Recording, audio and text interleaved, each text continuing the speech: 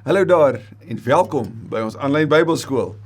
Dit is 'n groot voorreg om jou te verwelkom by ons reis met Habakuk. As jy dalk vir eerste keer inloer, in die besonder regtig welkom. Vir almal wat van verlede week af saam reis, ons is besig met die boek van worsteling. Hierdie profeet wat sy naam worsteling beteken, die 8ste van die 12 profete, wat in die tyd van Jeremia en Obadja optree, het ons verlede week gesien, stoei met die vraag, hoe kan die Here van geregtigheid toelaat dat 'n wêreld vol onreg voortgaan en voortleef. Veral, hoe kan 'n onregverdige mag, soos die Galdeërs, doen wat hulle doen, en die Here dit sien, en dan niks doen daaraan nie. Dit bly sy worsteling, dit bly maar die vraag wat ons ook so dikwels vra in ons eie wandel met die Here, nee. Dink maar aan Jeremia se klaaglied, dink maar aan Job se worsteling, dink maar aan die psalms, daai vraag van Here, maar hoe kan dit wees? Hoe kan dit wees dat in so 'n donker wêreld, die evangelie, die goeie nuus, u heerskappy, hoe dit lyk asof dit net sy mag verloor, sy krag verloor, want dit lyk asof onreg heers. Ja, Habakuk het nie die evangelie gehad nie, maar Habakuk het die geloof in Jahwe gehad. Habakuk het die storie van God se redding gehad, die storie van die uitkoms, die storie van Moses wat God se 10 gebooie gekry het, van die beloofde land, van al die reddingsoomblikke. En ja, hulle was in 'n plek gewees waar hulle onder God se straf gestaan het, vanweë hulle ongehoorsaamheid, die ongehoorsaamheid van die konings, en die aanbidding van die afgode van die lande om hulle, saam met hulle aanbidding van Jahwe. Ja, hulle het vermeng, ja, hulle het droog gemaak, en ja, die wrede Galdeërs was besig om wreed op te tree. Maar Habakuk, die profeet wat hierdie alles sien, pleit en tree in en sê, Here, bring redding, hoe lank nog voor daar redding kom? En in hierdie 2 gesprekke is hierdie boek van gebed, in hierdie 3 hoofstukke, waar daar soveel gebede is daar weer eens 'n antwoord van die Here op die vraag van Habakuk, naamlik, waarom en hoekom? En hoofstuk 2 vers 1 gaan ons nou van lees, maar kom ons bid eers saam. Dankie Here dat ons saam kan wees op hierdie manier. Dat U ons ontmoet op die plek waar ons is in ons eie lewe met ons eie vrae.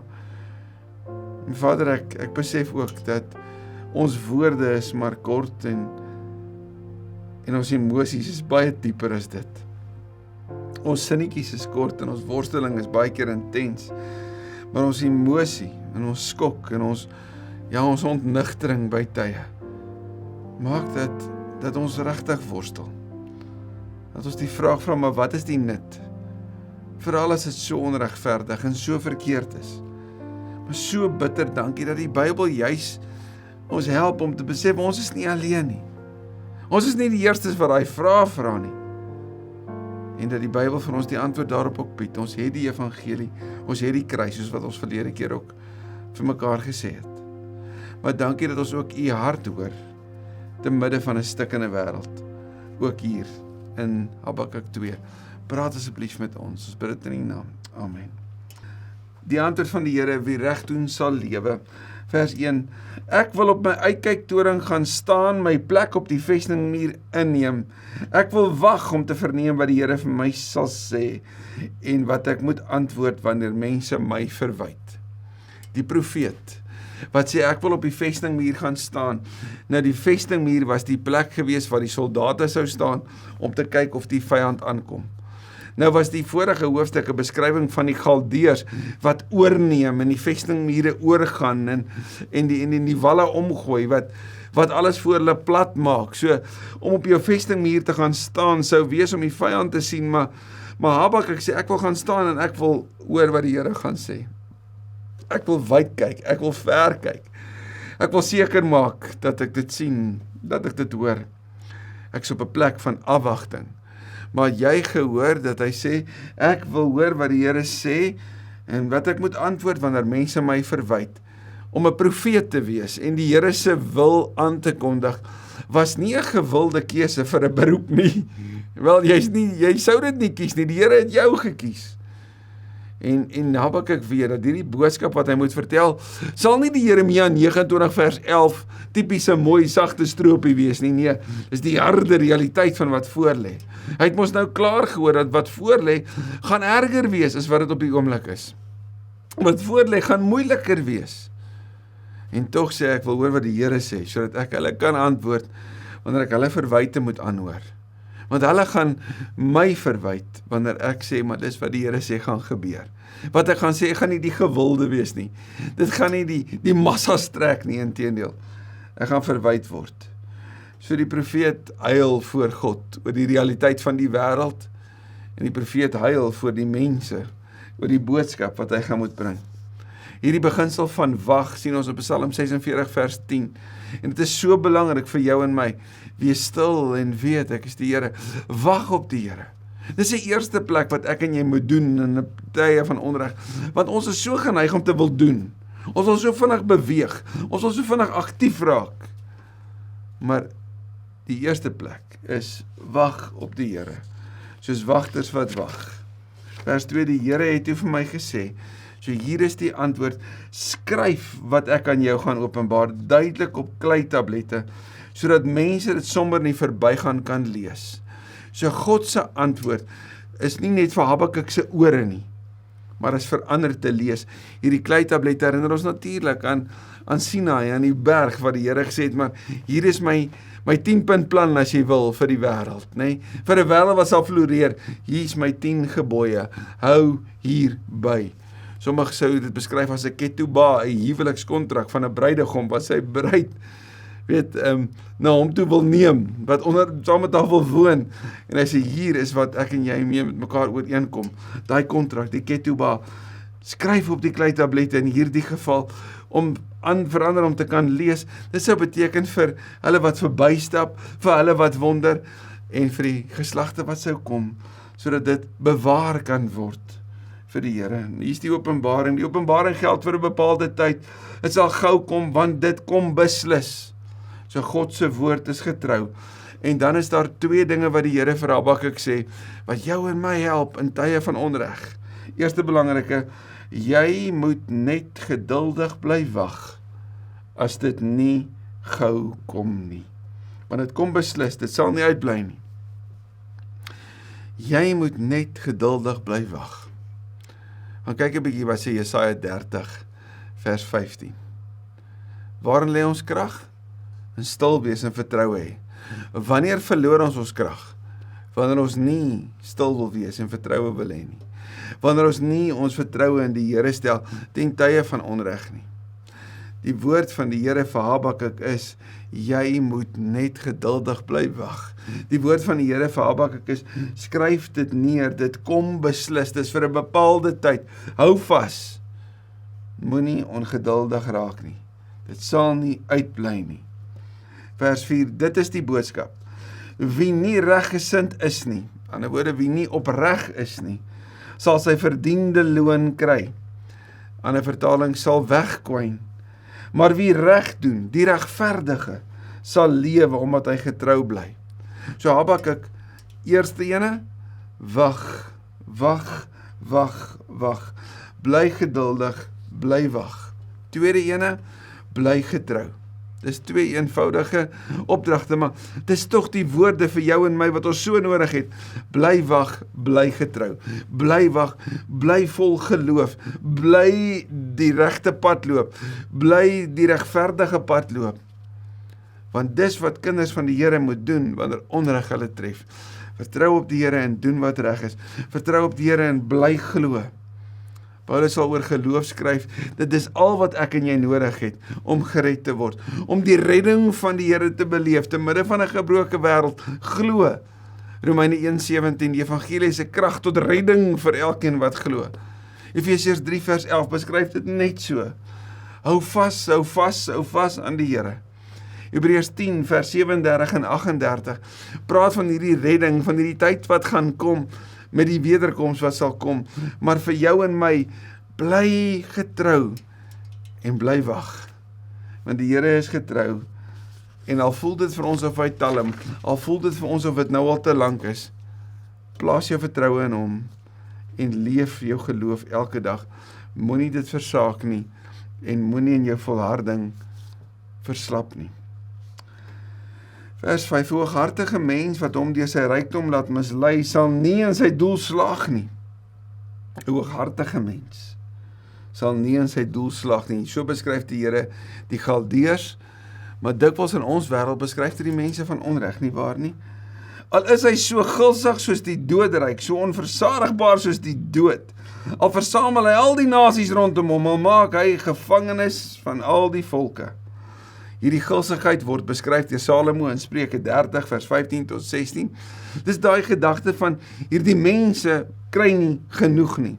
Hulle wil meer hê, meer mag, meer besittings. Elke keer wanneer 'n land 'n ander land sou inneem, een koning 'n ander koning sou verslaan, dan neem hy vir hom buit. Hy neem vir hom besittings. Dit kan by wyse van mense wees, maar natuurlik ook by wyse van al die rykdom wat so 'n land, so 'n stad sou hê. Jy neem daai stad in, jy vat dit saam in jou triambos en jou oorwinningstog, om verander te wys wat gebeur. Hierdie mense kry nie genoeg nie, maar die Here sê hy sal nie in sy doel slaag nie. Dieselfde volke sal spotliedjies oor hom sing en met minagting na hom verwys. Dis die volke wat deur hom verslaan is. Met ander woorde, die volke wat deur die Galdeërs verslaan is, gaan spotliedjies oor hulle sing. Hulle sal sê, ellende wag vir hom wat hom verryk met goed wat nie syne is nie, wat vir hom al meer goed inpalm wat verpand is. Hoe lank nog sal dit voortduur? Bly die vraag. Hoe lank nog sal dit voortduur? Hoe lank nog sal hulle magsvertoon voortduur? Vers 7, die tyd kom vinnig nader dat jy self in die skuld sal wees. Die skuldeisers vir wie jy sidder, skielik voor jou sal staan en jou sal kaalstroop. Die skuldeisers sal by 'n plek kom waar hulle self skuld gaan moet betaal. Dis die Babyloniërs in vandag se taal word beskryf as 'n loan shark. En die Here sê daar kom 'n tyd, soos wat een van die kommentare sê, there'll be a payday. Nou gaan kyk gerus Daniël 5 vers 17 tot 31 oor wat gebeur het. So die Here sê daar kom 'n tyd wanneer dit klaar is. Julle wat wreed opgetree het, daar kom 'n tyd wanneer dit teruggedraai sal word. Maar dan sal die vraag wees, Here, maar hoekom het hierdie dan toegelaat dat hulle dit gedoen het? Want Jahwe is Jahwe. Hy is God. En ons pas in by sy wil. Ons opinie daaroor maak nie saakie. Ons moet hom bly vertrou. Ons moet hom bly volg. Want sien, sy wil is vir ons beswil. Sy wil is vir die wêreld se beswil. Sy wil is dat ander na hom toe sal draai en in verhouding met hom sal leef. En sy wil is dat mense sal weet, hy is God. Hy is nie 'n mens nie. Hy hoef nie in te pas met ons verstaan nie. Hy is nie blootgestel aan die gebrokenheid soos ek en jy nie. Al het hy onder ons kom woon en al het hy die gebrokenheid in sy lewe gevoel, het hy nie ingegee daarvoor nie. Hy het nie ingegee daarvoor nie. En hy het ons kom red. En daarom is hy die verhewe Here. En ons met ons sonde, met ons skuld, met ons foute, wanneer ons beleef dat daar onreg aan ons gepleeg word, onthou, die Here het redding gebring. En Habakuk moes dit ook hoor, in sy worsteling, daar kom 'n tyd wanneer dit sal verander.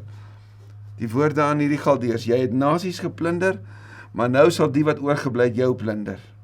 Want jy het baie goed vergiet, geweld gepleeg, en baie lande teen stede en teen hulle inwoners, het gewelddadig gewees teen soveel. Anders gesê, jy was wreed. Vers 9, ellende wag vir hom, wat hom ten koste van ander wou verryk, en deur 'n ramp oor sy familie gebring het. Hy wat vir hom 'n hoë nes wou bou, juis om 'n ramp vry te spring. Daar kom 'n ramp oor hom, wat soos 'n arend 'n hoë nes bou, wat buite die bereik was.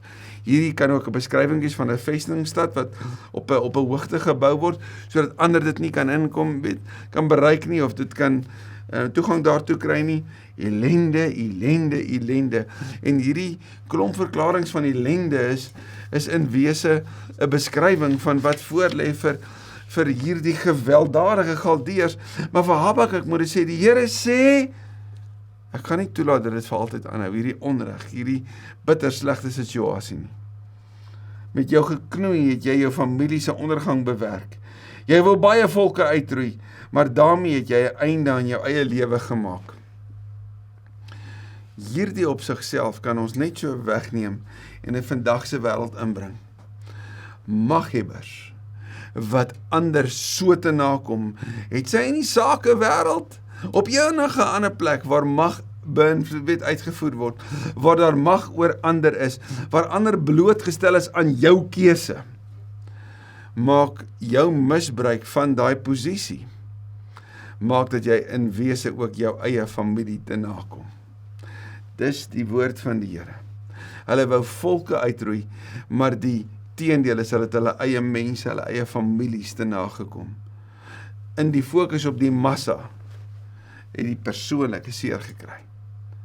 Hoe toepaslik is dit nie in vandagse wêreld nie?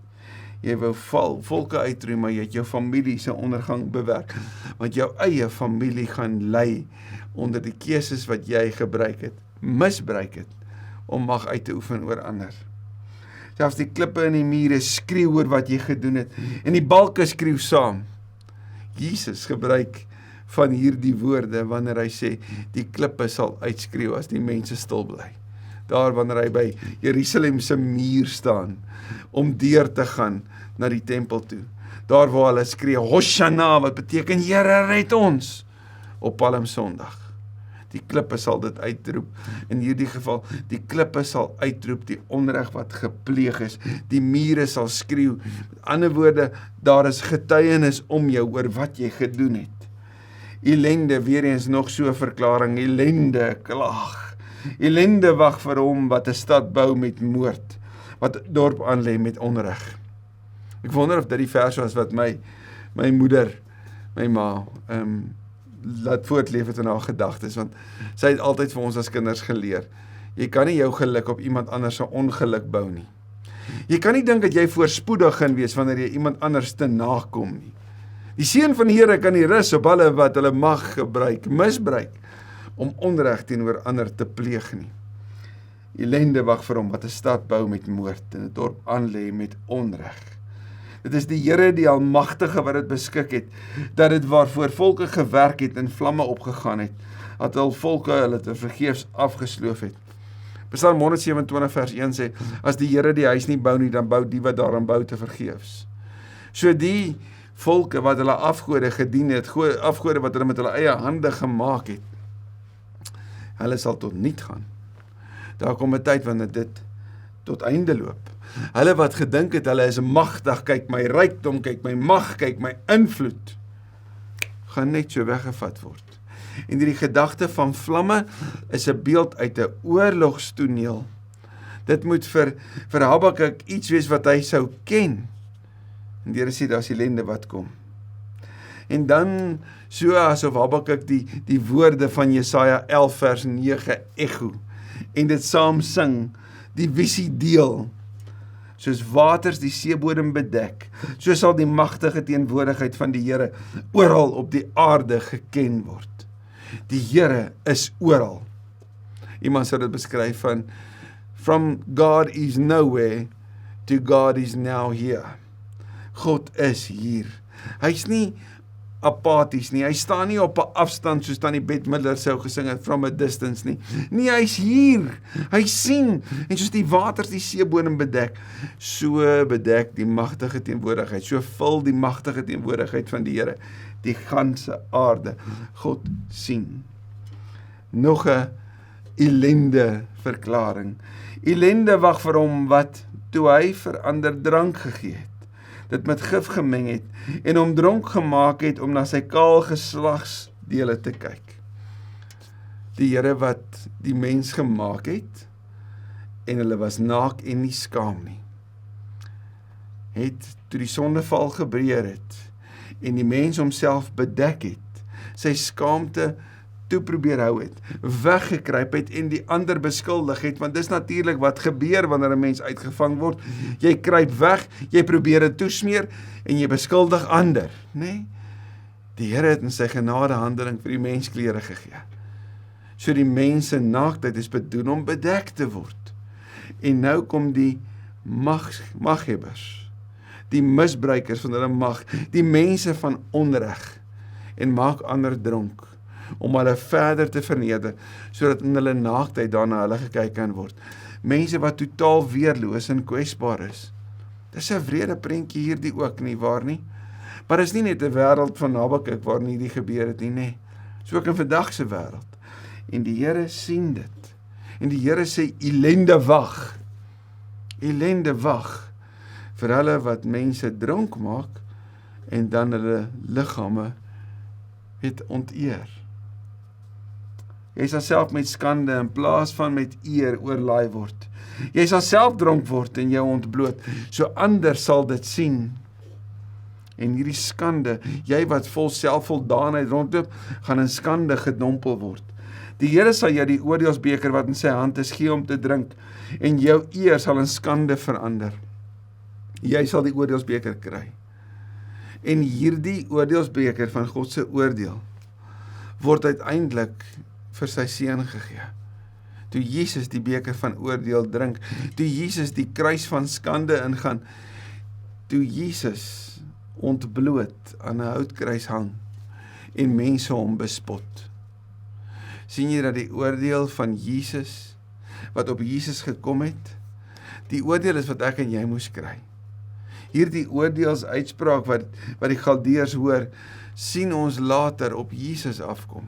Want dis God se liefde vir sy wêreld, dis God se begeerte dat ek en jy sal terugdraai na hom toe.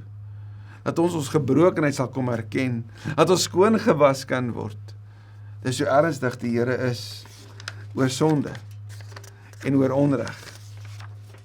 Vers 17, jou geweld teen die Libanon sal jouself tref. Jou mishandeling van die diere op die Libanon sal jouself vernietig. Jy het baie bloed vergiet, jy het geweld gepleeg teen baie lande, teen stede met hul inwoners. So hierdie is God se oordeelsaankondiging, terwyl Habakuk aanvanklik dalk sou stoei en sê, daar was 'n oordeelsaankondiging oor Ninive, maar daar word niks gesê oor hierdie Galdeërs nie, inteendeel dit gaan erger word. Hoe nou? Kom sê die Here, nee, ek sien nie net wat hulle teen ander gedoen het nie, ek sien wat hulle teen diere gedoen het, ek sien wat hulle op hierdie aarde gedoen het. En daar kom 'n tyd waar dit verby is. Wat is die nut van 'n afgod? Dit is maar net iets wat deur 'n mens gemaak is. 'n Beeld waarvan net bedrog te wagte kan wees. Waar in jou lewe het jy gedink, jy maak iets en dan wy jy jou lewe daaraan toe? Wel, dit is so vandag. Ons maak goed. En ons wy ons lewe daaraan toe. Ons lewe oral agter hierdie skermpies aan wat ons self gemaak het en bind ons lewe, ons gedagtes, ons tyd en ons geld daaraan toe. Wat baat dit die maker om op sy maaksel te vertrou as hy 'n afgod gemaak het wat nie eers kan praat nie? Daarom sal Romeine 9 sal Paulus 'n beeld gebruik en sê, maaksel, waarom wil jy vir die maker sê, waarom het jy my so gemaak? En Paulus sê dan, as jy 'n voorwerp van baie spesiale gebruik wil wees, reinig jou van die kwaad en wy jou aan die Here toe. Hy gebruik dit op 'n ander plek ook. Elende wag vir hom wat vir 'n stuk hout sê, word wakker. Vir 'n dooie stuk klip staan op. Kan 'n afgod jou iets leer? Al is hy met goud of silwer oortrek, is daar geen lewe in hom nie. Hoe tragies die wêreld van hulle wat die afgode aanbid.